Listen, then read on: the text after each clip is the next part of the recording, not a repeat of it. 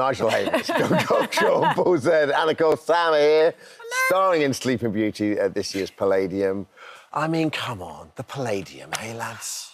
Doesn't get any better than that, does it? It's been 10 years of nonsense doing the show, which is phenomenal, really. Yeah. Paul and I, Jon is a newcomer relative. No, how exciting, Jon. So you cameoed before, Jon, right, in the Palladium, and now this is your first time doing the full... Yes, I've done other individual shows at the Palladium, tributes to Bruce Forsyth and so on, but the Palladium, this is sort of the first time. I did a couple of cameos last year. Yeah. And that's led to joining the team this year. Because last year they have a different person almost every day coming out being the king, is that right? Yeah. King Richard or something, was it? He came on as King Trump. Okay. I did. I was King Donald for a moment. Oh, wow. I've never been a king yet. I think I should be. I'd make a beautiful king. So I did it last year. Sorry about that. That's perfect. Never apologise. No, we were hoping you were going to do... Julian Clare is the other 10-year. Your bête noire. Yes, and we all do impersonations of Julian. Hello, what's your name? Any idea? Yes. Hello, what's your name? Any idea? Hello, what's your name? Any idea? Julian's got this wonderful way of saying the most devastating lines. So much outrageousness, but with a lightness of touch, like a rose petal landing on the summer lawn. Yeah. And it makes it so beautifully outrageous. Whenever he's on the sofa, you always ask him a question and then you wait for the time bomb because you know something's coming that he's going to say where you're like, we got away with it. Speaking of getting away with things, it's quite naughty. This it's a family show, but you've got features from Catherine Tate and sort of little naughty, cheeky humour in there. I think it's as naughty as we can be. Yeah. I mean, it works on every level. OK, so because for the children kids, love for it. adults... I think the kids look at their parents sometimes and think, why are you laughing? And there's a lot to explain when they get home. Yes. But we try and entertain everybody, which we tend to do. Yeah. So, Sleeping Beauty, who's playing who? What am I playing? I'll come back to you, Nigel. Sorry, I do have a title. I'm the keeper of the Privy. OK. That's just got Julian Clare written all over. Absolutely. Yeah. Are you the king's... Yes, I'm the King Julian's private detective. Meaning detective. I can go and work undercover in various guises to try and outwit Caraboss, played by Catherine Tate. And who are your favourite guises? Oh, my goodness gracious, what... You know, Keir Starmer gets us off to a very excited start. Yes. So good. And I also like Martin So Lewis, good. money-saving expert. He is in there as well. Take out a 0% interest credit card, you put the money from that into a high-interest saver. and so on at speed. So, yeah. And the Paul is... I play the Great Zerdini.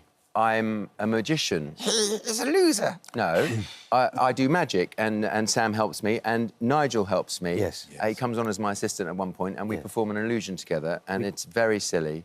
And we But can't it's get an through illusion. It is an illusion, and we works. can't get through it without laughing. Right. We have such Which is the fun. wonderful thing about Panto, anyway. It is, and the audience kind of love it more when, things might go slightly wrong. I'm in a box That's and I what we get say thrown on around. this show, isn't it? I get thrown around in a box and I'm bruised. Oh, you are? Yes, because I didn't know how to deal with being thrown around inside a box. But now I know. Now you know. Yes. Nigel, that Clary is a brute, isn't he? He's just, if it's not emotional, it's physical abuse.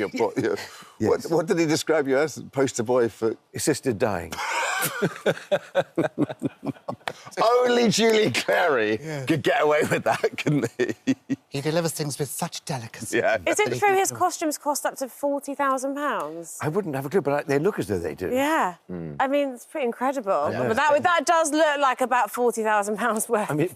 I mean, he has several of those. Several. That's just an extensive wardrobe. It is amazing. It's an amazing show. Yeah. Well, Paul, you really wanted to be part of it, isn't it? Because you're basically... Whenever I see you in Las Vegas, you're always out in the States and you're doing so well out there, but you desperately want to come back and do Panto. Well, when I did AGT a few years ago, and then I signed a contract to be in Vegas, one of the things I just got offered the Palladium the first year that we did, and the producers of the Vegas show said, no, you can't. Christmas is the busiest time in Vegas, and I said, no, I've got to come back and do this show in London, and I managed to get myself out of it and back in time for the Panto at our first year at the Palladium. And I was in America doing a thing called Brothers and Sisters, a TV show. Yeah. And they sent me the script, and I left it lying around on the set, and I said to Sally Field, who I was working with, I said, you read that, and she read it. She said, I don't understand a word of it. What do you mean by when you... And the Americans had absolutely No idea about Panto. They don't get it, it's do such a they? shame. What is the beauty of Panto, do you think, John? Because there is something so uniquely British about it, isn't it? It is very British. A fairy tale set to theatre where ridiculousness, the greater the ridiculousness, the better. Yeah. And the greater the joyfulness. And, yeah, you can just release. I think Americans think of it as a form of vaudeville, don't they? Yeah. And it is a variety show. The Palladium in particular is a big old variety show with a little storyline running through it. And the Palladium itself, does that provide another layer of magic? Yes, that, it really that does. venue? You're right to say that. Yeah. Because it's a special place. There's like the magic in there when you go in, no matter what you go to watch. And You underneath feel the- that when you're on stage. Underneath the stage, the ashes of various entertainers. Wow. So it's so historical. Into the wall. Yeah. Yes. Yeah, I think lots Bruce of- Forsyth, Billy Des. Marsh, the agent, Des O'Connor. You see their blue plaques on the wall, and they sort of it feels like a greeting. It's lovely to see their faces as you walk on through. And even though it's, it holds 2,300, when you stand on stage, it doesn't feel like that. It's really got this intimate thing, which all the people have said over the years. It's something special, and you really feel it. We just stand on stage showing off and shouting. That's what Kind of Panto what we is. do. Funny enough, I've done the Palladium, like, we worked in the Palladium a couple of times, and when someone tells you the gig and you go, oh, yeah, it sounds great, and they go to the Palladium, you go, OK. And that's fun. There's a certain majesty exciting. about it. Yeah. Isn't it? Where does Sam fit? So Yeah. Sam is my sidekick. Am I? Yeah, and so I get to do some magic as the Great Zerdini, and let's do something now. Okay, here we go. Levitation. Ooh. I thank you. Bravo, Very good, Sam. Sam. Bravo. Lovely stuff. And are you chaps you're all on tours as well? Well, firstly, John, you're about to appear in Midsummer Murders. Have you shot it? Yes. Oh, I didn't know that. Yes, on December the 30th. What part are you playing?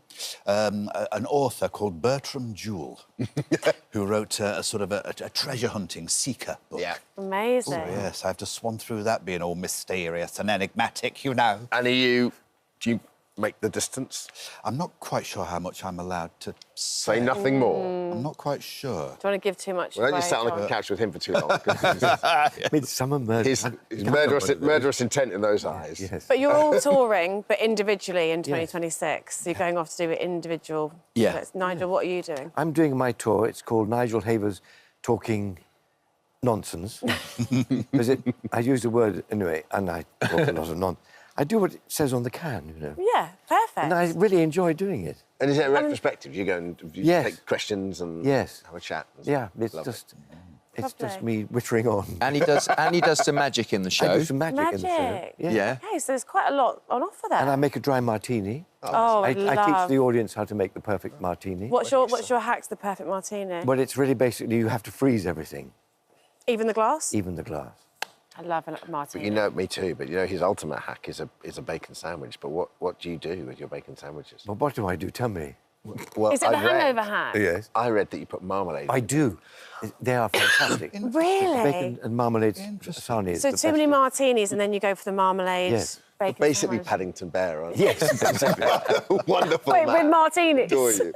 John, you Dead Ringers thing? Yes, we've got another run of the Dead Ringers live show through January and into Perfect. March. So we're in Birmingham, Bradford, Liverpool, and various places. So, yeah, we're looking forward to getting that on the road. Like, And have you honed those voices yet? Like, do you know exactly what you're going to be doing, or are you always open to sort of new suggestions? yes, we're always open to new ones. We've got some classic sketches from the last 25 years. It's a chronicle of the quarter That's so century. nice.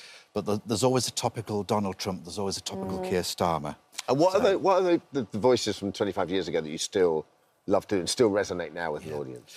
I think Ozzy Osbourne, you know, Yeah, he's good always, you one. know, he gives a lovely warm greeting when you... Yeah. Maybe Sir Terry Wogan. One of those lovely, sort of reassuring talks. But the world moves, Nostalgic. I mean, it's a quarter of a century, the world moves on so fast. That do you do one and people in the audience like, I don't know who that is anymore? Well, occasionally. If they're too young. People still know Tony Blair. Yeah. They still Yeah. know William Hay. George W. to an extent. Yeah. So it's a bit like playing the hits. Yeah, that come that's back. great. What about you? Amazing. So I go out on tour and I do Paul Zerdin, Shut Your Mouth. Yeah, shut it, Zerdin. You can go to paulzerdin.com. We've got tour dates and we're adding more. That's next autumn. Oh, very good. It's great when you got a puppet to do your promo. Yeah. Yes, that wasn't me. Maybe Lovely. Sam could do my promo. Yes. Nigel Havers is talking live on tour next year. Thank you. And what Dead Ringers while you're at it, why not? Dead Ringers! Oh, that's very good. So just like Tom Baker there. Bravo, Sam. Bravo, my dear fellow. I do impersonations, but they all sound the same. You know, when we did the research chat, just sleep for a minute, Nigel was too busy to be part of it, so it was Jon and myself, and Jon was pretending to be Nigel. No, stop it. And they said, Nigel, tell us about the... It's absolutely marvellous. It's very good, very cool. I mean, when you've got a voice like yours, you don't need to impersonate others, because yours is just so absolutely beautiful. Oh, that's marvellous. Time out. Well, brilliant. You're a busy man. Yeah, I was having a nap. You're basically Jean Lemessurier, aren't you? I am. It's you. Thank you so much, guys. Thanks for coming. Pleasure. Sleeping Beauty is on at the London Palladium until the 11th of January. Merry Christmas. Can't believe we got played by Culshaw. So Absolutely a hook, line and Thank you so much for visiting our This Morning YouTube channel. We upload new content every single day, so go ahead and hit that subscribe button, and we'll see you in the morning.